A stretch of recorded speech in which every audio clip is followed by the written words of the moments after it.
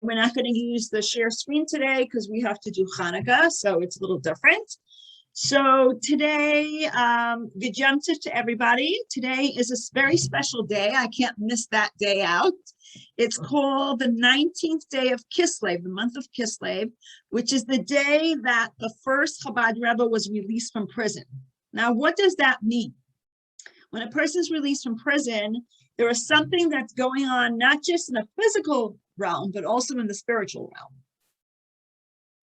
So the first Chabad Rebbe's name was Shner Zalman. Shner means two lights. What lights? The lights of Chassidus and the lights of regular Torah, because he wrote two very famous Svarim books.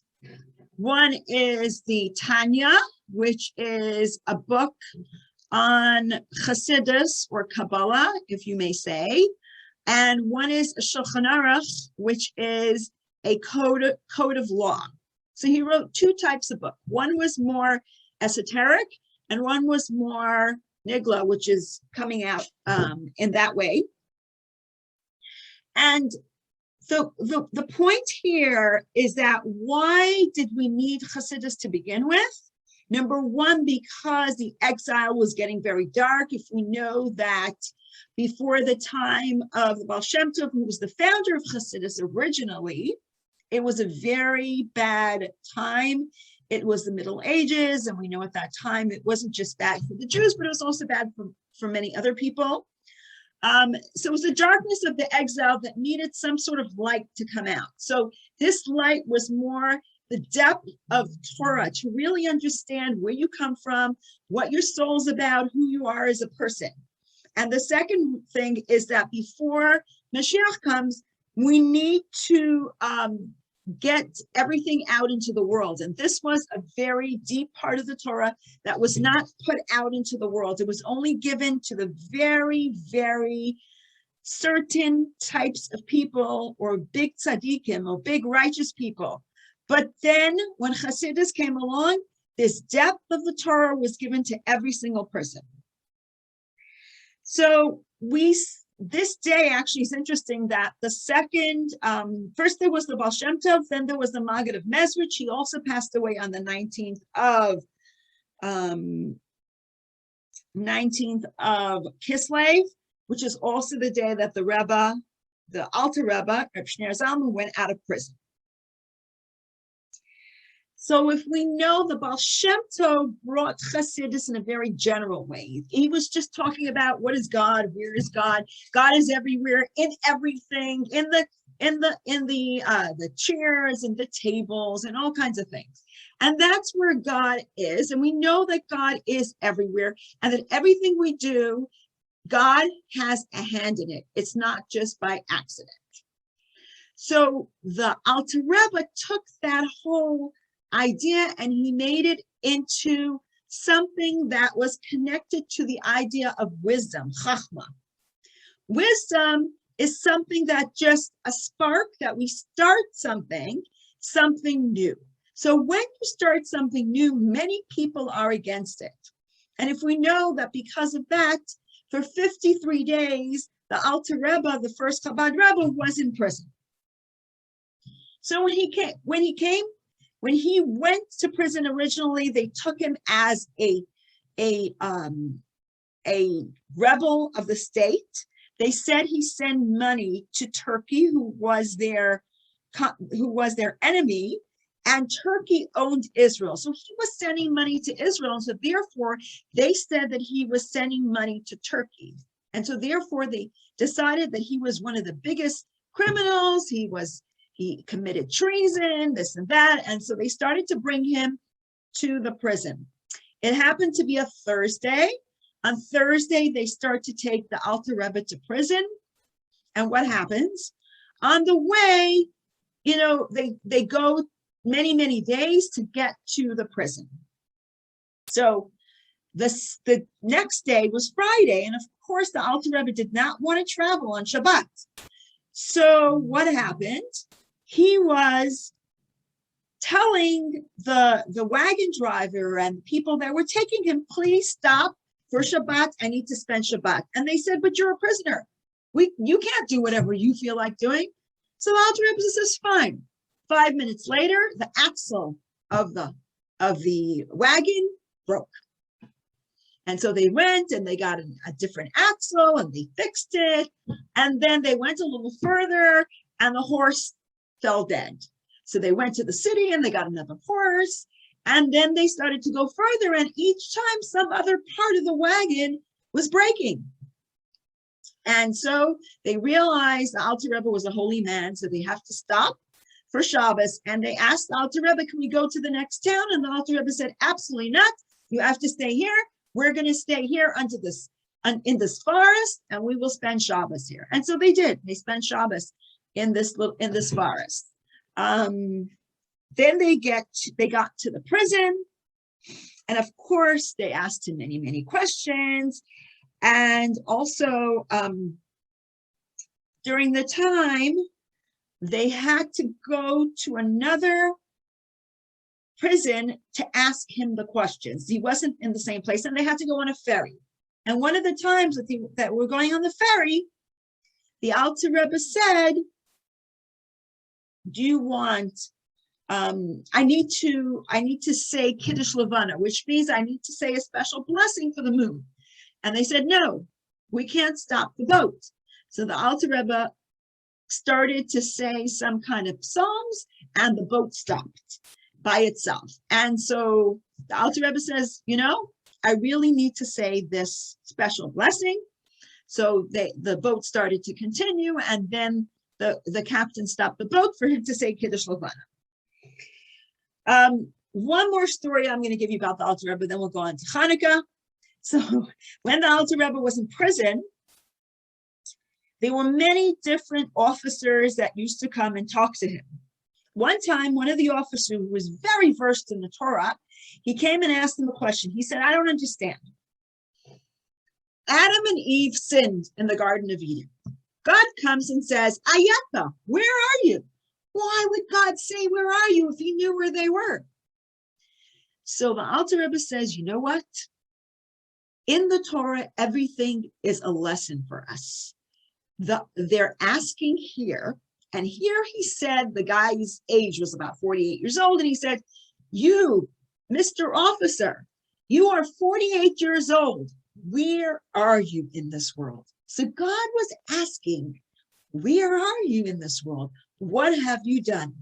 And he asks each one of us, where are you? What have you done in this world?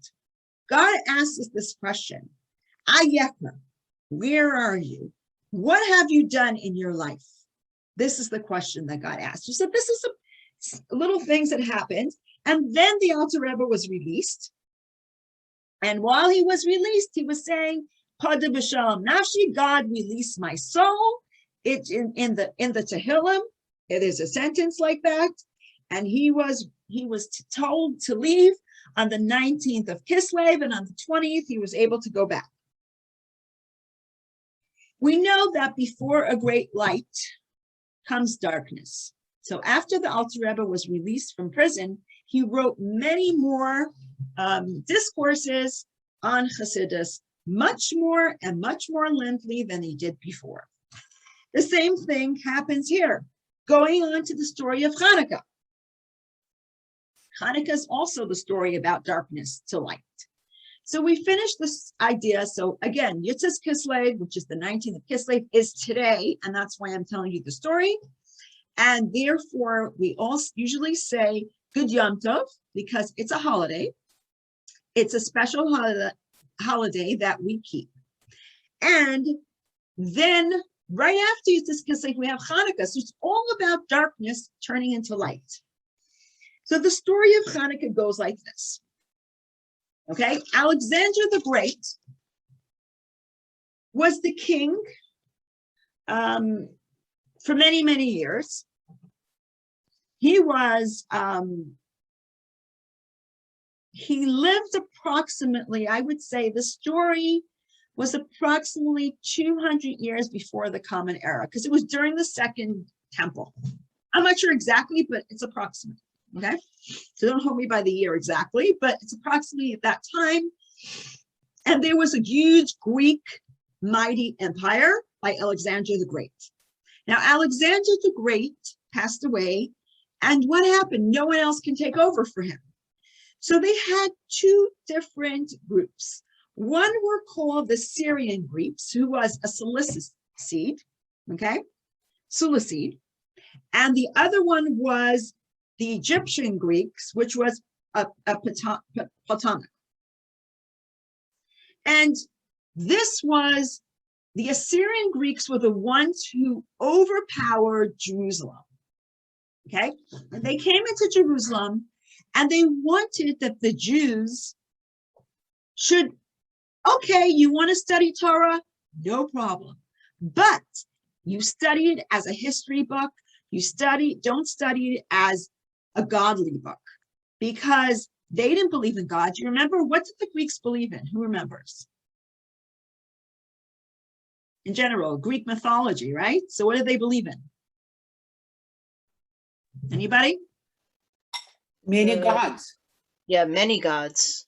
Right. So they believed in many gods. And this was the Greek philosophy. So they did not like that the Jews believed in one God. That was not a good thing for them. So they came in and they said, fine, you want to believe in the Torah? Yes, you can believe in the Torah, but you can't believe in God. You can't go by the rules of the Torah. Okay. They held that kosher was a bad thing, that Shabbos was a bad thing. They also held that having circumcision was bad, because do you remember what the Greeks used to have, those big, what do you call those, places, sport places that they would run and go, I forgot what they're called, the big Colosseums maybe? Yeah, Colosseum. Right, that they would go and they would dress, they would be naked and run around there, and, and they actually worship the body. If you know Greeks, they worship themselves. They worship their own body. And so to do something to your body, to them was something bad. So they didn't want people to get circumcised. So this was a problem for them. So there were a lot of different problems. And the Jews had a very hard time.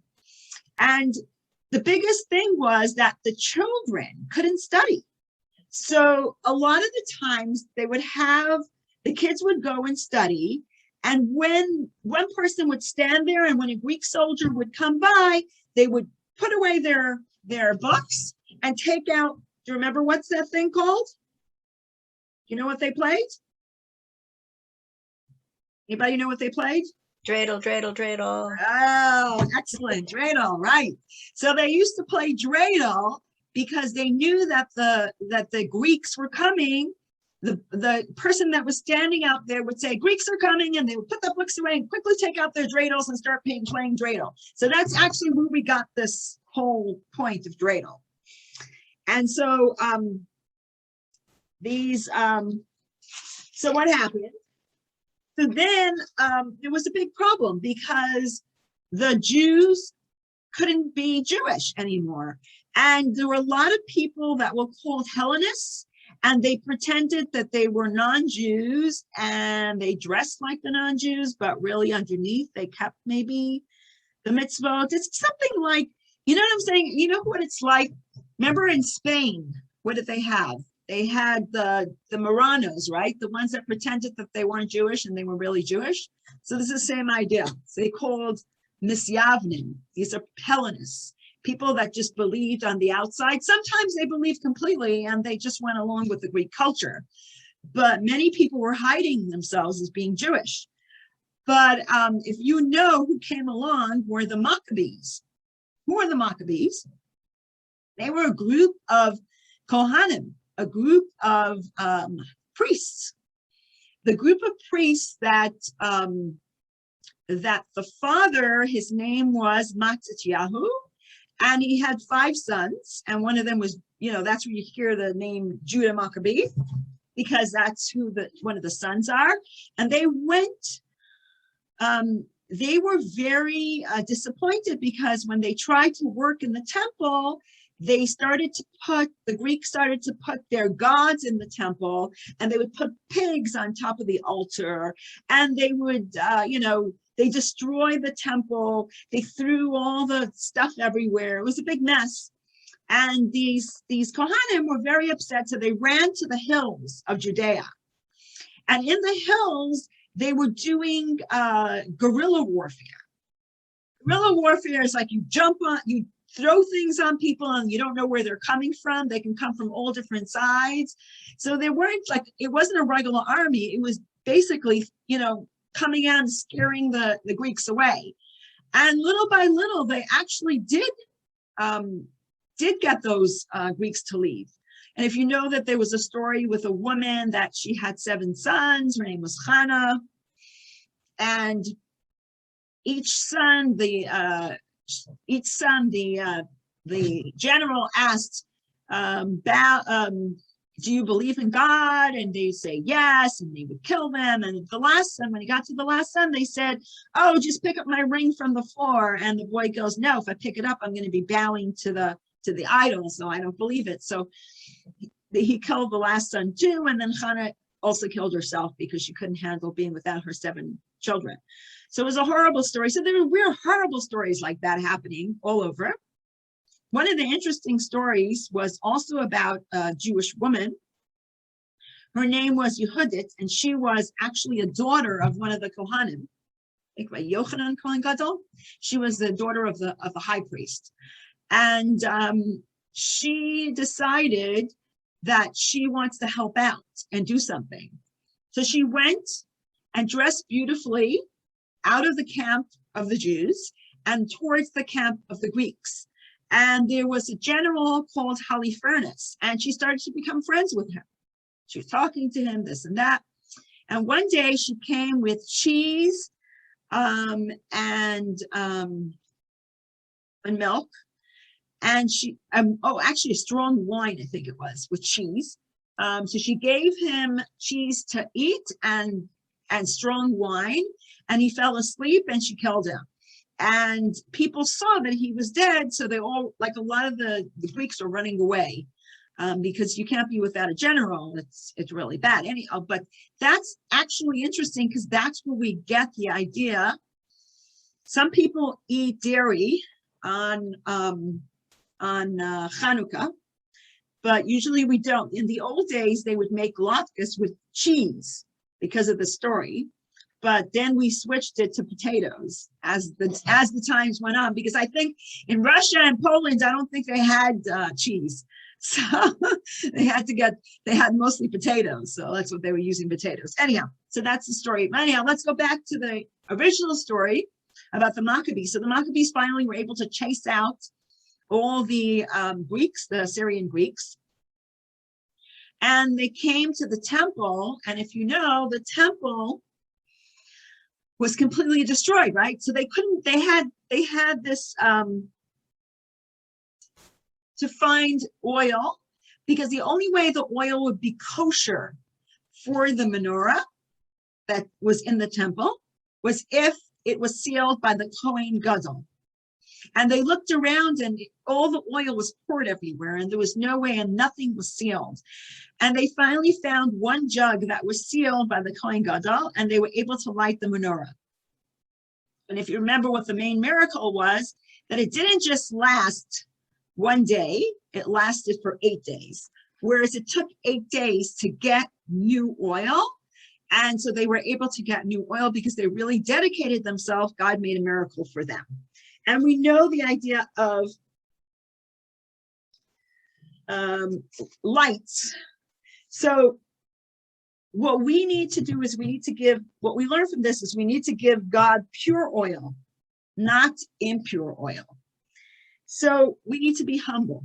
We need to be pure. We need to try to make our life more humble. And it's interesting that it didn't last for 7 days. It lasted for 8 days. Why 8? Because 7 is in this world. There are 7 classical planets in the world. There are also 7 musical notes. And there are 7 days of the week. And what is 8? You guys tell me, because I told you this a million times. Beyond infinity. Beyond infinity, right? Transcendent, completely miraculous, exactly. So Channukah it's interesting that we talk about the oil, how we need to be humble and only use pure oil. Hanukkah is a humble holiday to begin with, because it's not in the 24 books of the Tanakh. And even more interesting is Hanukkah, let's say you have only a certain amount of money to buy candles. What goes first, Hanukkah candles or Shabbos candles? Hanukkah. Hanukkah candles, very good. Yes. Why? Because Hanukkah is a holiday that's hidden. It looks like it's not that important, but it's funny because in American society, we've made it very important. And we really figured out that Hanukkah is a very important holiday. We know that how do we light the menorah? There are two different ways that we were taught in the Gemara. Hillel says the first night you light one light, the second two, the third three. What does Shammai say? Shammai says The opposite.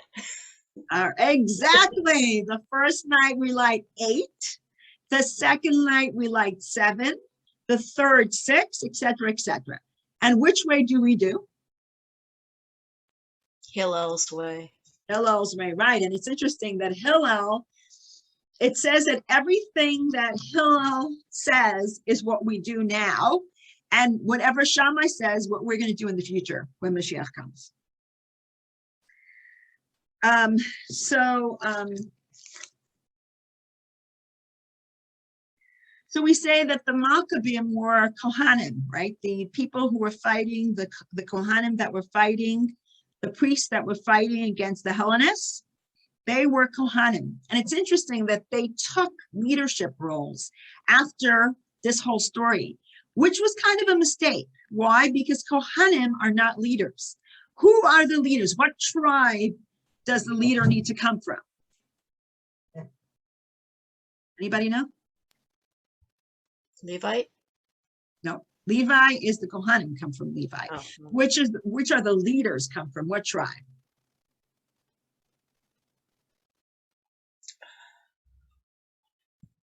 Yehuda, Judah. Okay. So Yehuda is the tribe of leaders, and Levi has Kohanim coming out of it. It's interesting to note that if we go back in history, this week's parsha kind of starts the whole role of leadership. Why? Because it talks about how the brothers sold Joseph. I mean, most of you know the story because there's a movie even from this story from the Joseph and his brothers and how he goes down to Egypt. Anyhow, so Joseph was sold by his brothers, and who is the one that said to sell Joseph? Yehuda. Yehuda happens to be the leader. That's why everybody was listening to him. When he said, let's sell our brother, they all listened to him, which is interesting. So Yehuda actually, in this parsha, it says that Yehuda went down from his greatness. Why? Because when he got married, he had 3 sons, and the first son got married and he didn't have it good and he died, and then the second son got married to the same woman and also they didn't have children and he died. And so this woman named Tamar ended up getting Yehuda pregnant and having twins, and these twins was Zarach and Peretz. This twins is the Peretz is the great grandfather of King David from the father's side of the lineage. And the mother's side of King David is coming from Moab. And if you remember who Moab, the woman that was the great grandmother of King David was Ruth.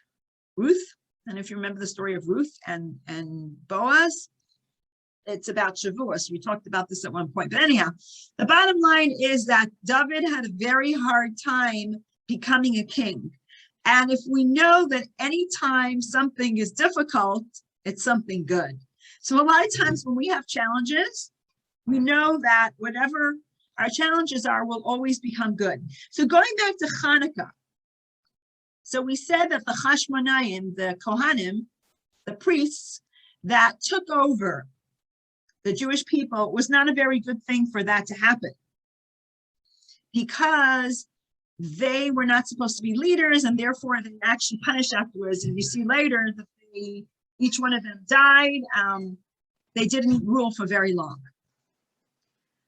So let's go further in this idea of Channukah. We know that in many places it was very difficult to keep Channukah. In the USSR, when it was Glasnost, it was in 1991. They lit in the Kremlin for the first time the Channukah menorah. Maybe it was 1990 they did the first one. Maybe this is the second. I don't know. I don't remember. But this person who lit it, name was Avraham Ganin. And he had his foot blown up in one of the bombings somewhere. And he was able to light in the Kremlin, right in the middle of the Red Square, light the Channukah menorah. And this was the biggest miracle at any time of Channukah. In 1993, the first time they lit a Channukah menorah was in space. Actually, they didn't light it. They just brought the Channukah menorah to space, because you can't light a menorah there because there's no oxygen. So Jeffrey Hoffman, he took the menorah up to space. So now I have the question that usually people ask. Okay, so now we understand why we fry things in oil, because of the miracle was about oil. So that's why some people have latkes, but latkes has a second reason, because of Yehudit. But at that time they had cheese, remember? And then we have potatoes now. But anyhow, but that's latkes. And we also do sufganiyot, which is donuts. And we also fry those in oil. So it's all about the oil. Okay, where do we light the menorah? Anybody? By a window. In the window. Okay, so you light it. Okay, you can light it in the window or by the door. Why in the window? So that we should have a Pesach Beiso Mibachutz, that people outside should see the miracle of Channukah and that we're lighting the candles. A second thing is that years ago, when people were afraid to light it by the window, they lit it at a door, any door in the house. And why at a door? Because the mezuzah is on the right side of the door and the Channukah candles are on the left side of the door. So you have mitzvahs on both sides. So that's why you light it in different places. That's why some people light it by the door. Okay, and do you know that the first public, or one of the first, I believe it's the first actually, I think it was 1970, that the biggest Channukah menorah in a public place, the first Channukah menorah lit in a public place, was in San Francisco. And actually it was, I believe it was Union Square already. And at that time, I think it was Chaim Drizin. He was the head of, actually he was in Berkeley. It was the first person that was in this area. There was no one in San Francisco at that time. But the closest was Berkeley, and so Chaim Drizin, this was before Rabbi Langer shows up. He was the first one to light the big menorah to make a big public menorah. And this was the Rebbe's idea, that it's important to light the menorah in a public place. And after that, there was a huge court case, and they won the court case, and they were able to light the menorah in a public area because they were worried about separation of church and state. That's why the Christmas tree could be lit, right?